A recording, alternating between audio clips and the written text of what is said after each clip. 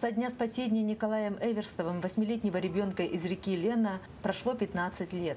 И сегодня уже девушке Сандаре 23 года. Ровно столько же, сколько было тогда самому герою.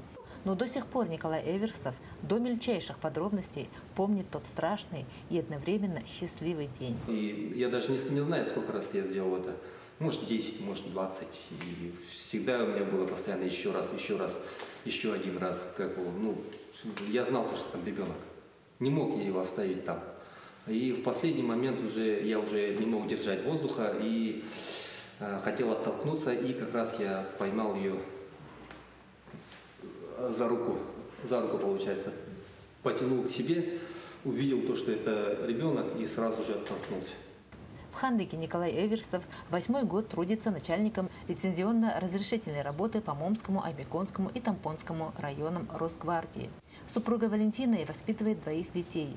Сын Коля учится в Тампонской многопрофильной гимназии, а дочь Вероника ходит в детский сад. Среди медалей одна из самых значимых за спасение погибавших.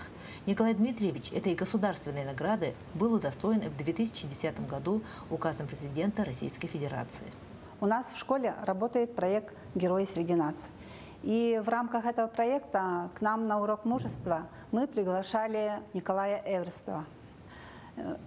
Он на этих уроках рассказывал о своей работе и о подвиге, который он совершил лет 15 назад.